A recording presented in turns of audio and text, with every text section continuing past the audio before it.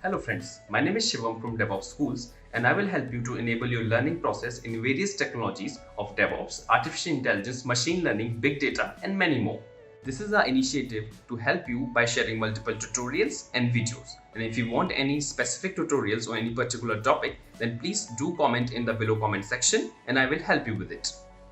Also, please subscribe to our premium services on YouTube, which will give you access to more content and videos to enhance your knowledge about all these topics. Also, if you want me to help you with regards to the online trainings and classroom sessions by our qualified trainers, then please do write me at contact@devopsschool.com. Thank you. Datadog infrastructure part day one, and we will learn about how to monitor the infrastructure. Infrastructure means Windows, Linux, uh, you know, Docker, some tool processes and stuff like that, CPU, RAM, and stuff like that, infrastructure monitoring. And then today, what we had decided, we'll go into the two things. One is logs, and second one is APM. So today we will get into the APM and log both of these tools. So anyways, we will cover. Yeah. Any other questions, guys, which we have? So, Rajesh, for log and APM, like we have different technologies. So, what are the different technologies like application build, Tomcat, and other like .NET application and other type of applications? So, what are the basically technologies that are we're going to cover in this part? Yeah. So basically, APM uh, is regardless of your technology. Remember, it's your performance management tool. So your project is running in any technology such as Java or .NET, PHP, Python, Ruby. So APM will help you to get the the data. This we should call it performance monitoring matrices, transactions basically. Uh, so and then based on that, you get the data. You can generate the reports and rest of the things, create a monitors, alerts, and all stuff like that, Yeah, dashboarding and so. yeah, but log APM is not a part, but actually the configuration, like when we are doing a configuration of on basically on any particular application. Mhm. So it will depend on that particular technology what they have been using, like for .cat for Datadog command that we're running. It's for that agent that we need to run. So we need to make sure that it will compatible with that particular technology. Mm, okay, so I think we need to discuss the concept of how it APM works. Okay, we Yeah. need a agent. Okay, but not Okay. the infra agent. We need a agent which is designed in the code itself and which runs along with the code itself. So that part we'll get into that and we'll understand that. Okay. So but yeah, there are different kind of agents for different languages, and it's not infra agent. So we install in the program, let's say if you're running some Java application with the Tomcat, so we install the APMs in the Tomcat itself in Java class path. So I'll show you that as part of this discussion. Yeah. Sure. Thank you. Okay, so day one recap. So what we did first day, we discussed about what is Datadog. Okay, and why do we need it? Why we need Datadog? And what we learned is Datadog is for the observability, correct? Sorry, observability. And that means in short, you want to do the infra monitoring. Infra, it can be any infra, cloud infra as well. And if we want to do the APM, you want to do log, you want to do synthetic, you want to do RUM, everything you can get it done through Datadog using one platform. Okay. Also, we learned it's a cloud-based application, soft SaaS-based application. So I don't have anything else but working with the agent for infra. APM also we have a client agent, so we'll discuss on this. A log infra agent itself will be used, and synthetic and run will discuss browser based and all stuff like that. So yeah, now after that we discuss about Datadog infra agent. We discuss about it. We install that agent, we stop the services, started the services, and many things we did it. And then finally, I think we did the Apache integration and Docker integration. That means in a short, we were able to manage Apache through the infra monitoring tool. Apart from that, the server monitoring, the CPU, RAM, network, and stuff like that. And the Docker also we did it, container monitoring and stuff like that, which leads to container monitoring. Now, these are the things I think we did in the Linux as well as in Windows. Okay, so if you have any questions, you can ask me. I'll help you with it. But today, what we are trying to do. So this is the requirement which I have received through email. We want to do the monitoring of Tomcat. Now, Spring Boot is a not a part of observability because it's a framework. It's a language framework. So when we say Spring Boot Java project based on Spring Boot, this will be right keyword. Now this project, Java project based on Spring Boot, because Spring Boot is framework, always you know that Java project we run with the Tomcat only, correct? So this project we will run with the Tomcat. So here there's a situation. Rajesh, one question. So when we say Node.js applications, what do we mean about that? I mean, we are new to that. Yeah, but I mean, what was your question? I was talking about when we say Node.js applications, are they also based upon Spring Boot framework? No. Uh, Let me come back little. Let's go back a little bit back into the world of development. Okay, so there is a concept called database. Okay, and then concept of backend programming. Okay, Mhm. and then we have a concept of front end programming. Okay, so if I go in that way, then typically let's say MySQL is database. There's so many database like MySQL, Oracle, Yeah. Postgres, MongoDB, so many database. But what we will use for the backend programming? So backend programming very popular. Some of the programmings are like a Java, uh, Python, Ruby. These are the very popular in backend programming. Now, front-end programming, what you have? JavaScript, HTML, CSS. Very popular Scripting front-end. language. You can say Yeah, that it's scripting Yeah. language that we yeah. use. Yeah. So what has happened from last many years? JavaScript becomes so popular. JavaScript becomes so popular. Now people started using the JavaScript from the backend itself. So now JavaScript, when you use the backend, we call it a JavaScript server level. Okay, server level. So this is a different programming language altogether. Server level JavaScript, you can say, and that is where the node has come into the picture.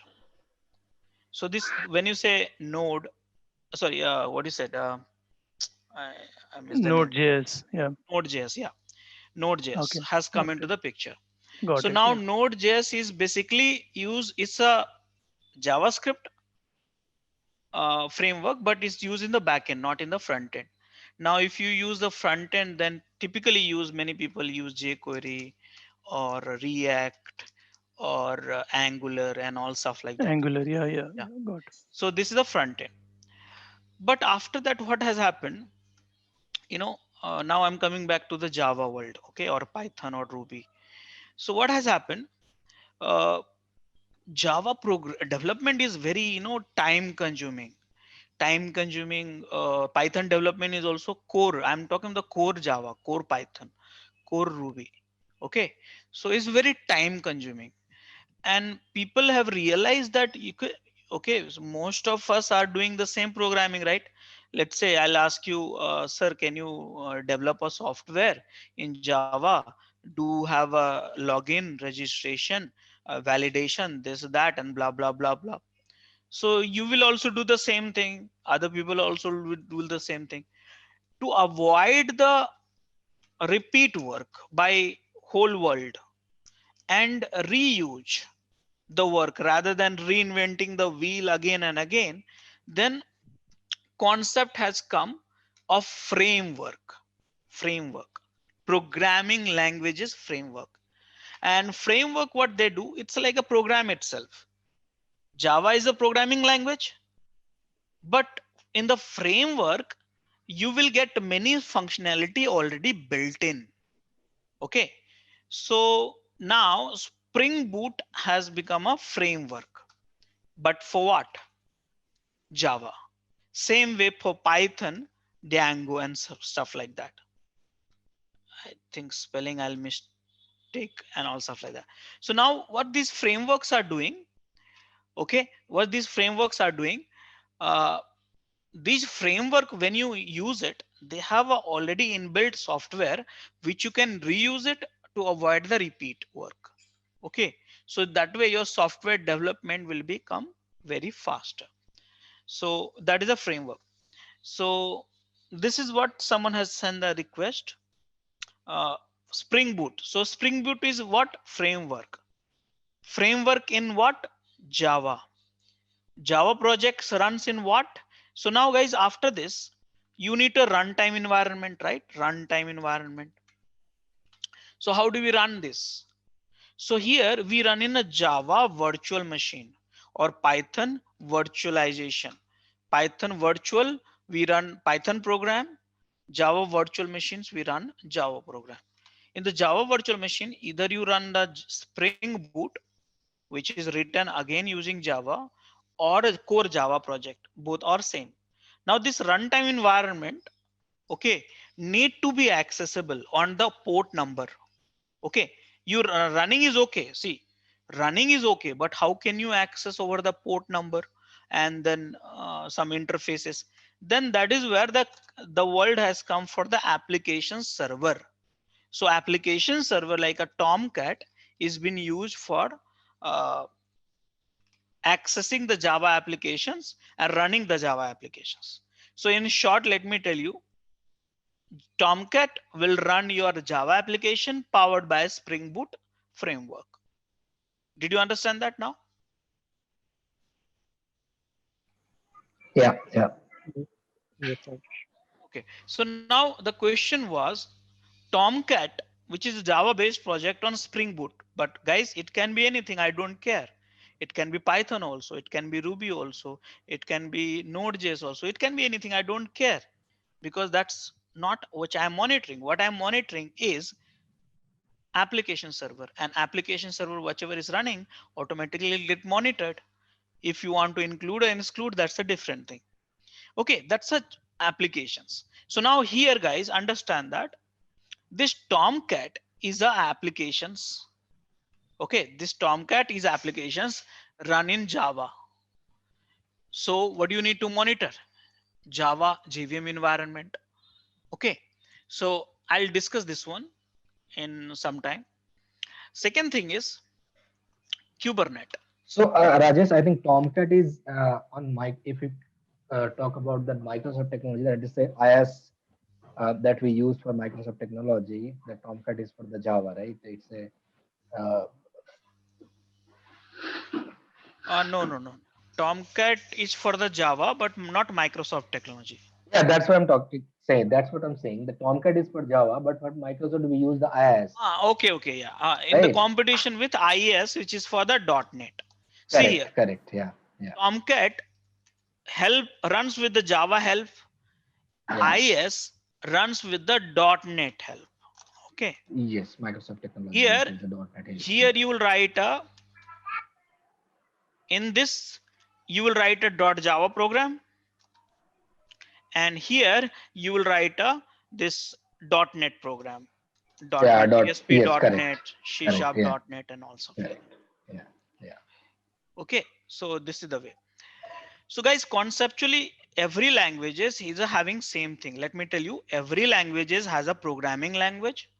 Every language has a framework. Every languages has a runtime, and every languages has a you know, ways to access that application. So it's the same way actually. No, conceptually is little bit same. I mean, most of these things same. Little bit of things are differ, which you can make out easily. That's not a problem. Okay, so now the question is, when we cover integration Tomcat, and again Tomcat application deployed on Kubernetes. Tomcat based on Java application, that is anyways is true. So now I've got three inputs. So, so you want to monitor Java, Tomcat running with the Java project. This Java project is written using Spring Boot. That's the one question. Okay. Now, second thing is Kubernetes you want to monitor, and the same time, Tomcat application deployed on Kubernetes you want to monitor. Okay. So this is the requirement. Now, guys, we need to understand this. We need to understand this. I hope all of you have Docker memory refresh, right? Some of you have practiced Docker or not? All of you?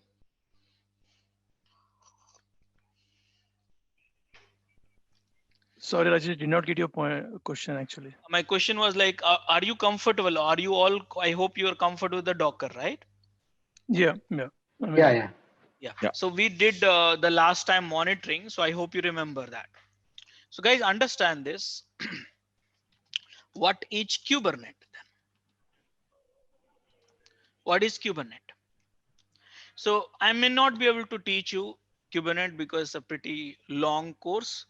I assume because someone has asked this question, so I assume some of you are knowing it, but also I'm just guessing if some of you are not aware, for them this discussion we should not get wasted.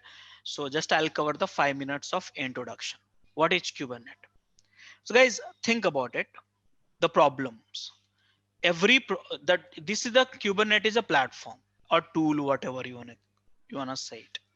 Okay, so every tool has been developed with having some problem specification in mind. Okay, what is a specification? So see here, I'll just give you something here at a high level. Okay, not I'm teaching you Kubernetes. Again, you can check it out those videos at my channel and just learn the Kubernetes if you don't know.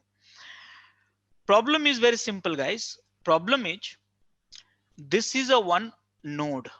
Okay, node, it can be a virtual machine or it can be physical machine. In the today's world, we always use physical virtual machine itself, not a physical machine.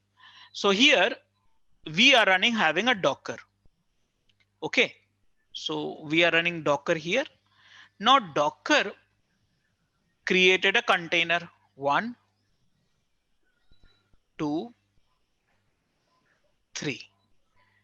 Now guys, maximum the 3 containers I can host in this machine. Maximum, that's a limitation for the host itself. Now guys, if I want to run multiple container, then what do I do? Any help? we Guys, need an automation kind of software which can make us handle all those machines automatically, kind of scalable, make it scalable kind of things. yeah. So basically, if you want to run more container, then you will run in the other node, correct now? So other node also you will install Docker and then container. Yes, please. But if you want more container, because in the production you want more container, right? So again you will install Docker. Docker will manage the container here. So this will continue till you want the container, more container, because every one machine you cannot run all of your desired number of containers. So this is the thing. Guys, do you find any problem here? Do you find any problem? Difficult to manage Yeah, manually. maintenance. Yeah, maintenance is difficult. Yeah. Because See different guys. nodes and So this Docker can manage this container. This Docker cannot manage this container. correct. Correct. So that's the problem here. That means the question is, Docker can manage the container in that particular host, but who will manage multiple Docker? And in the production, you need to think of it. You have no one machine, you have 200 machines, 200 servers, and each servers you are running a container with. So this is a problem we had. Okay. Second problem I'll tell you. Second problem. Let's say these two container got deleted because of some reason. Deleted means, when I say means, is stopped, container stopped. Why it got stopped? It could be any reason. Remember, container is nothing but a process. Container is nothing but a user. It may get terminated. It can be any issues. It can be CPU issues, access issue, permission issues, database issues, some hacking activity, this, that, I don't know. It can be anything. So guys, here what has happened, earlier you had a 9 containers. Okay. And 9 containers was accessed by 900 people, 1000 people. Okay. Think simple. And then your 100 people, let's think about this. And then your response time is 2 seconds. Okay. Now how many containers you have? Because one is down. So altogether you have a 6 container. How many traffic you are having? 100. And your response time will become a 3 second. This is the problem. Did you see the problem? That means, in a simple way, if I put it up, let's say, anyone have booked the Tatkal ticket on irctc.com? Anyone? Yeah. Yeah. So On the remember call. that what happened when too many people jump Correct. on the website. So that will happen to your website. Or remember, earlier used to happen with the Flipkart also. Not nowadays, it's not happening. Earlier, the Correct. Yeah. Flipkart Yeah. used to crash because of big billion sales, Right? Correct. So that will Right. happen. So now the question is, guys, these 2 containers got, or 3 containers got offline because of some reason. So can we replace this container here automatically? I'm not going to call you in the midnight, 2 o'clock, 3 o'clock, saying that, Rajesh, can you work on it? No, automatically it should be done. The moment, just read my statement. The moment this container got offline, blink of eyes, replace container is already created. Blink of eyes. How it will happen? So We it's have a kind of, we can say, auto scaling concept that's being used. Yeah, so this concept is called idempotent. Idempotent means you set the desire, I need 100 containers at any given point of the time. So this, some tools should be able to give you 100 container, not lesser than that. Correct. Okay. Yeah. So that is like, who will do that? I'm not going to ask you and wake you up at 4 o'clock morning. It will take hours of things to fix it. It should happen within the blink of eyes. Now, guys, one more here. Remember, these containers are scoped in the host machine only. If you have worked with the Docker, I'm sure you know that. So for that to overcome, use the -p. -p for expose the port. Correct? Anyone have used it? -p option to expose the port? No? No, Rajesh, no. No. So guys, let me tell you here. Docker is the reality of today, and Docker is a reality of tomorrow. So the early you learn this Docker, you will save lots of time in your life. Let me tell you here simple thing. 20 years from now, the past, we were running application in the physical machine. From last 20 years, we are running the virtual machines. But from last few years, we are running in the containers and not in the development, QA, pre-production and production. Everywhere we are running in a container. So now let's say if you don't know the container, for example, I'll ask you in a simple way. Let's say you want to call yourself a software engineer, but you don't know how to handle computer, how to start the application, how to stop the application. Will it be justifiable? No. So same way, if you want to call yourself software engineer now in the today's world, no matter what you do, you have to know how to run application with the Docker and container. Simple. It's like a managing your laptop only. Simple. Okay. So understand that. So third problem which you have is a container by default. The scope of the container is local machine only. But you have to expose that port to the node port to get the access of the container. But not every port, every containers you can expose at the same port. And if you don't expose at the same port, load balancer will not work in the production server. So this is the networking problem which we have, networking problem, containers networking problem. So now who will solve that? So guys, there's like this, these are so many issues we have. Who will solve the multiple Docker node? Who will solve the desire? You express the desire and it should be fulfilled by them. Who will solve the networking problem of the Docker? Who will solve the many other problems like security, storage, database, and many, many things. And the solution is Kubernetes. This is the solution for this. So that means Kubernetes will manage multiple node. And this node will have a container created and many concepts are there like a pod, this, that, and all. Not going into that. But in short, I'll tell you Kubernetes is for the orchestration of the container. In short, orchestration for the container. That means Kubernetes you can use for large list of nodes for management and many, many, many benefits are there. So guys, coming back to my points here. Here, you want to deploy, think about it, Tomcat application you want to deploy on the Kubernetes. Okay, so think simple guys. I'll put it in this way. So here you have a Kubernetes. Kubernetes manages what? You see that is in this image, node. Node has a Docker and Docker have a container. Now this container is wrapped with the pod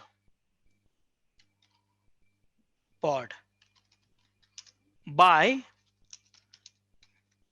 Kubelet, which is an agent of Kubernetes.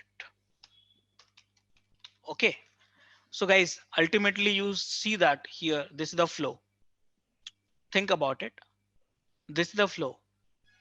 So your Tomcat is running where? Tell me. Your Tomcat is At running the node where? level. Node level. Node level. But what is that Tomcat here? Where is the Tomcat? Inside your pod then? Maybe? Yeah. See here. Yeah. Correct now? Please enroll our general membership for $399 plan to get access of all the parts.